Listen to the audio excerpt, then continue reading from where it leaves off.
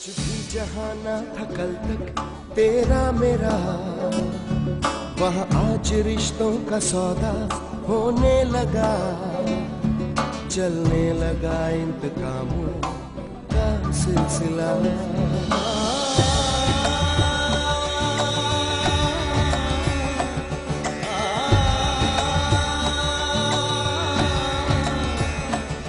जब आसमानों की ख्वाहिश होने लगे, इंसानियत अपनी आदत खोने लगे, अब हार किसको मिले और जीत किसको मिले, बस वक्त के हाथ में है फैसला। कैसी कश्मकश,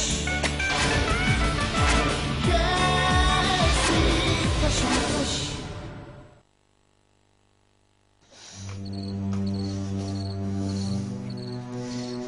पूर्वा अब तक आई क्यों नहीं? अब तक तो उसे आ जाना चाहिए था। कहीं ऐसा तो नहीं कि घर से निकलते ही उसे किसी ने... नहीं नहीं, हमारी तकदीर हमें धोखा नहीं दे सकती। वो आएगी, वो जरूर आएगी। आदित्य। पूर्वा, पूर्वा तुम आ गई। मैंने तो सोचा कहीं किसी ने...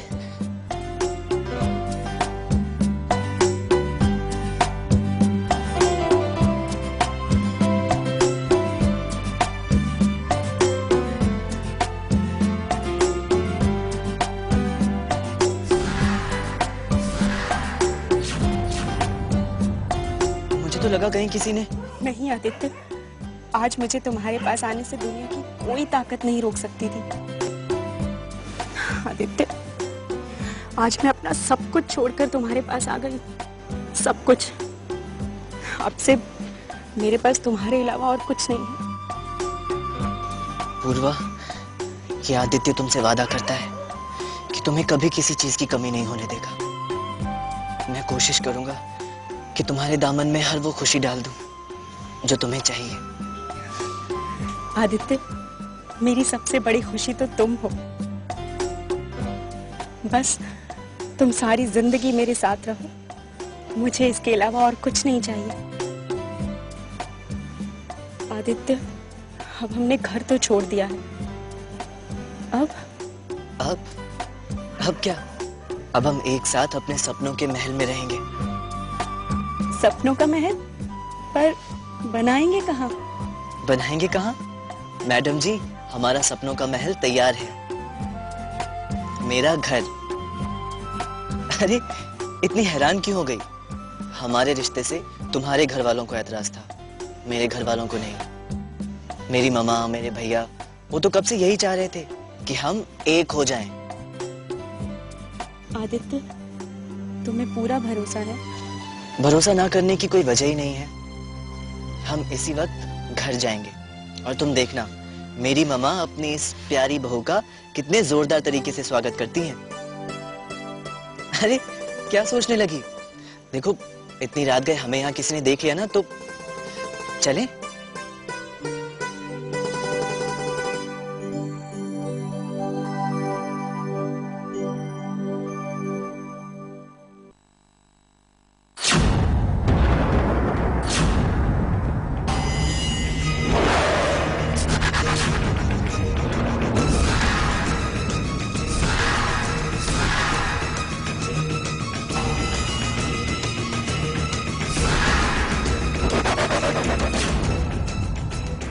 आदित्य, ये सब?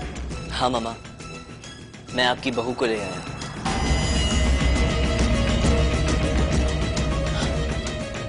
इसका मतलब पूर्वा घर छोड़कर? हाँ मामा, पूर्वा ने मेरे खातिर सारे रिश्ते नातों को छोड़ दिया। आपने कहा था ना मामा कि अगर पूर्वा आपकी बहू बनना चाहती है तो आप उसका स्वागत करेंगी। हाँ हाँ, मैंने कहा था और मैं इसके लिए राजी भी हूँ। आओ ना, आओ आओ, अंदर आओ। ठहरो।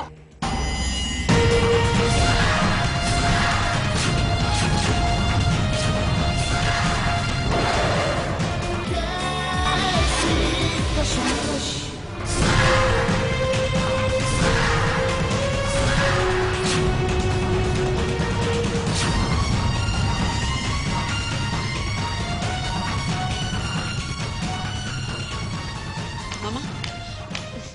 देखिए ना, आदित्य हमारी बहू को घर ले आया है और मैंने अब तक आरती की थाली भी तैयार नहीं की। अपनी बर्बादी का स्वागत करने के लिए?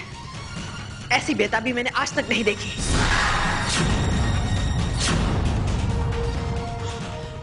मम्मा आप ये सही कह रही हूं मैं। तुमने ऐसी बेवकूफी भरी बात सोच भी कैसे ली? तुम इस आफत को अंदर आने से रोकने की बजाय इसका स्वागत कर, इसकी आरती उतार कर इसे अंदर बुला रही हो।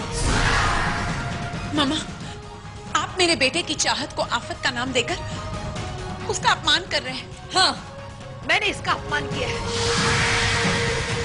क्योंकि ये इसी लायक है। और तुम कैसी माँ हो तुम, जो अपने बेटे की नादानी को रोकने की बजाय उसकी नादानी में साथ दे रही हो? मम्मा, आदित्य ने कोई नादानी नहीं की। उसने तो प्यार किया है। ये प्यार नहीं, बेवकूफी है। और आदित्य, तुमने इतनी बड़ी नादानी करने की बात सोच भी कैसे ली? इस लड़की को अपने घर की इज्जत और मान मर्यादा का कुछ ख्याल ना हो, लेकिन तुम्हें तो इस बात का ख्याल रखना चाहिए था कि तुम चौधरी खानदान के वारिस हो। इस लड़की की हैसियत और तुम्हारी हैसियत में उतना ही फर्क है जितना जमीन और आसमान में है। मम्मा आप ये... तुम चुप रहो, तुम बीच में मत बोलो। तुम्हें आदित्य की खातिर इस बात का ख्याल हो या ना हो, मगर मुझे इस बात का ख्याल है। इस लड़की से कहो कि यहां से चली जाए। ये हमारे खानदान की बहू सपने में भी नहीं बन सकती। लेकिन मम्मा, ये बेचारी जाएगी कहाँ? जहां से आई है वही। मुझे यकीन है कि ये चंद घंटे तो क्या, अगर 1 महीना भी बाहर रहकर चली जाए तो इसके घर वालों को कोई फर्क नहीं पड़ेगा।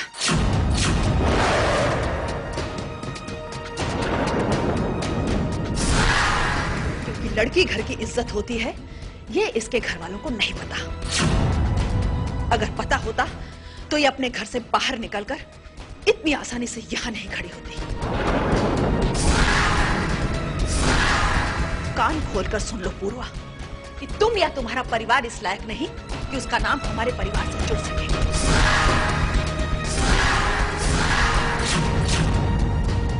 तुम जैसों को हमारे परिवार से खैरात तो मिल सकती है, नाम नहीं, समझी?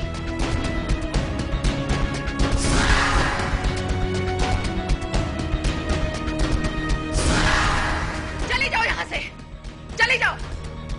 और जाकर अपनी मां से कह देना कि तुम्हें करोड़पति घर की बहू बनाने का उसका सपना कभी पूरा नहीं हो सकता।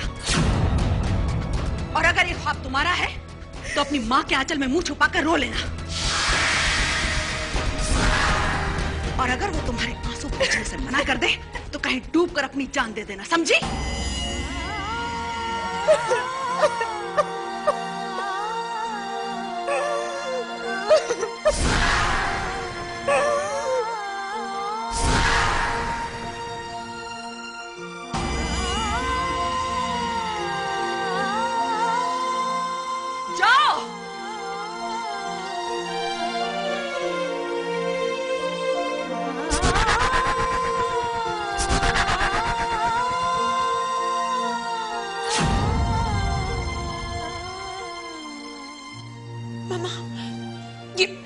ये आपने ठीक नहीं किया। आदित्य, आज तुम्हें मेरी बातें बुरी लग रही हैं, लेकिन मैंने जो कुछ भी किया तुम्हारे भले के लिए किया है। वो लड़की तुम्हारे लायक है ही नहीं, भूल जाओ उसे।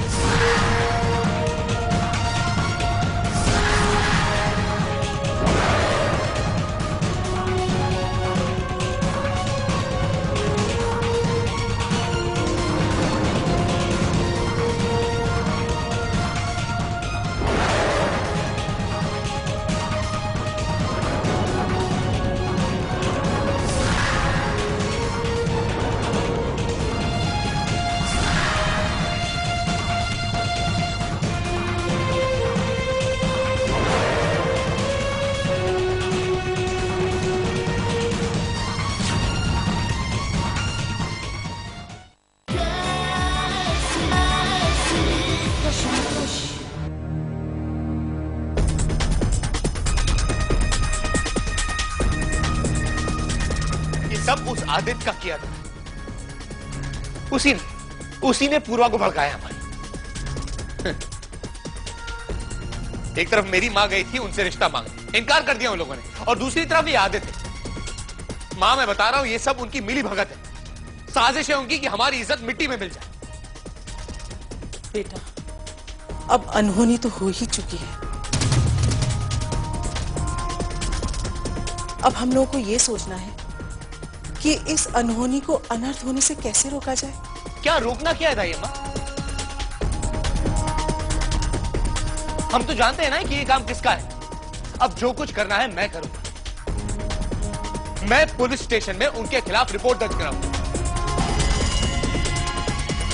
मैं मानता हूं कि वो लोग हमसे हैसियत में बड़े, लेकिन पुलिस स्टेशन में मेरा सामना उन्हें महंगा पड़ेगा दाई अम्मा। साहिल, तुम ऐसा कुछ नहीं करोगे। मां आप?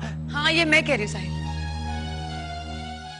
मेरी समझ से हमें थोड़ा इंतजार करना चाहिए, जल्दबाजी नहीं करनी चाहिए।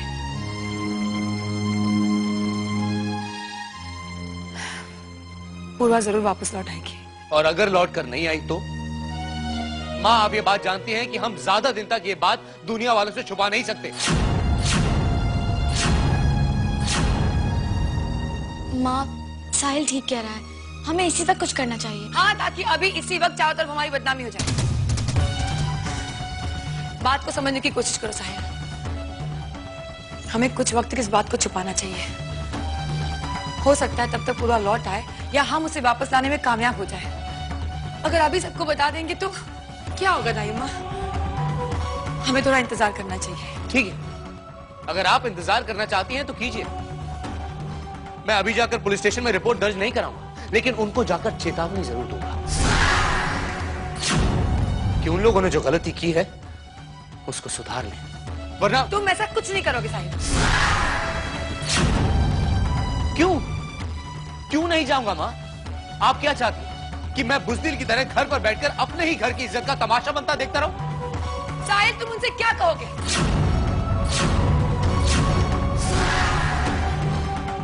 साहिल, ये मत भूलो कि पूर्वा को किसी ने किडनैप नहीं किया है, वो खुद ये घर छोड़कर गई है। हमारी बेटी ने हमारा सर शर्म से झुका दिया है कोई तुम्हारे पास सबूत तो ये साबित कर सके कि गुनहगार आदित्य और उसके घर वाले, पूर्वा नहीं?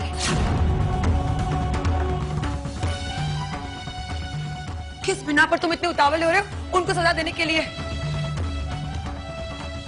हमें बस खामोश रहना चाहिए और पूर्वा के आने का इंतजार करना चाहिए।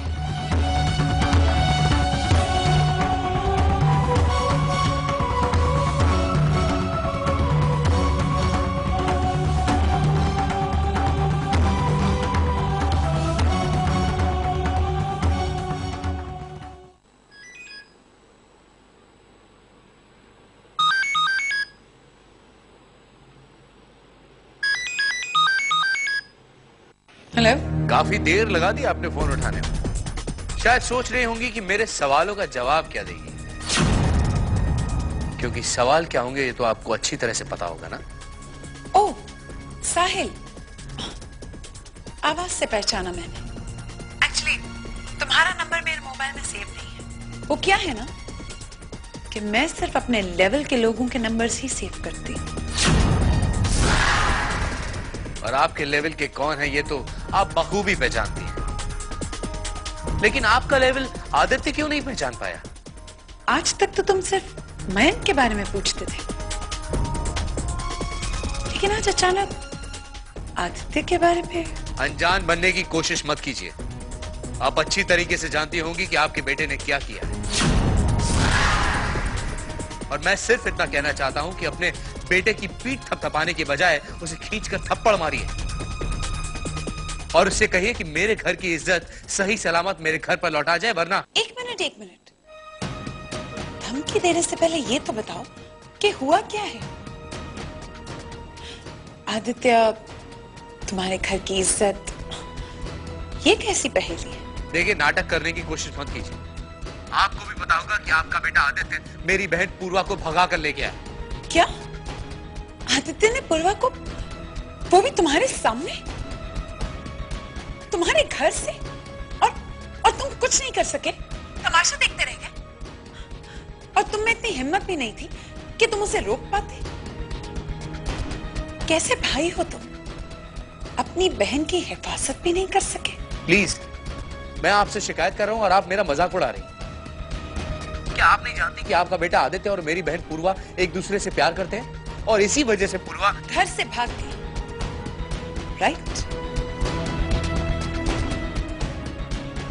साहिल, घर से भगा ले जाने में और घर से भागने में बहुत फर्क होता है। इसलिए धमकी देने से पहले मैंने पहेली सुलझाने की कोशिश की। अब तुम मेरी सुनो। सबसे पहली बात, आदित्य ने क्या किया, कौन किसके साथ भागा, ये मैं नहीं जानती। ये मुझे तुमसे पता चला। और दूसरी, तुम मुझे धमकी देने के हकदार नहीं हो, क्योंकि अगर ऐसा कुछ हुआ भी है तो गलती तुम्हारी बहन की है। खुद तो घर की इज्जत को संभाल नहीं पाए और धमकी उसे दे रहे जिसके पास खुद तुम्हारी घर की इज्जत चलकर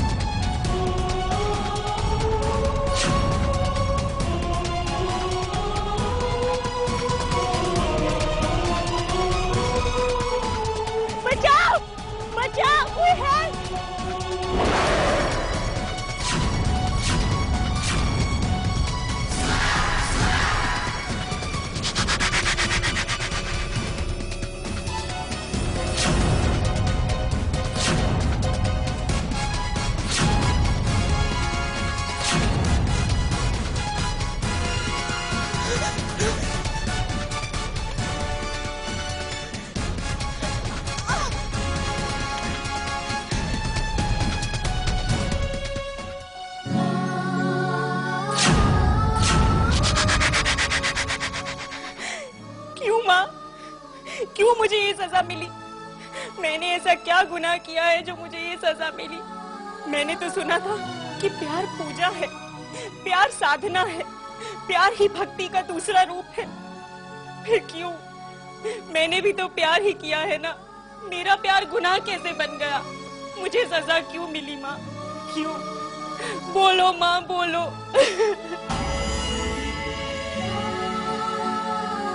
माँ, तुम तो साक्षी हो ना। मैंने आदित्य के एक बुलावे पर अपना सब कुछ छोड़ दिया।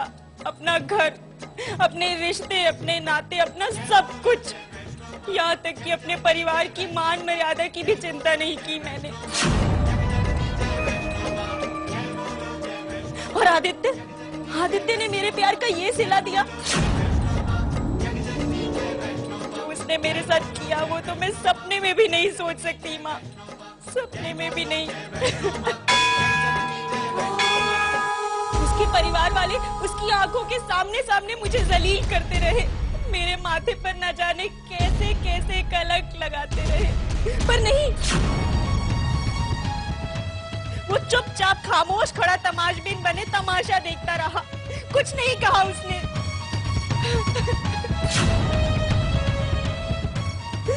जिसके भरोसे पर मैंने अपना सब कुछ छोड़ दिया, वो मुझे बीच रास्ते में छोड़कर चला गया। मुझे इस मझधार में अकेला छोड़ दिया। मैं क्या करूं? आगे की और कोई रास्ता नहीं जाता और पीछे मुड़ने की कोई वजह ही नहीं है मेरे पास।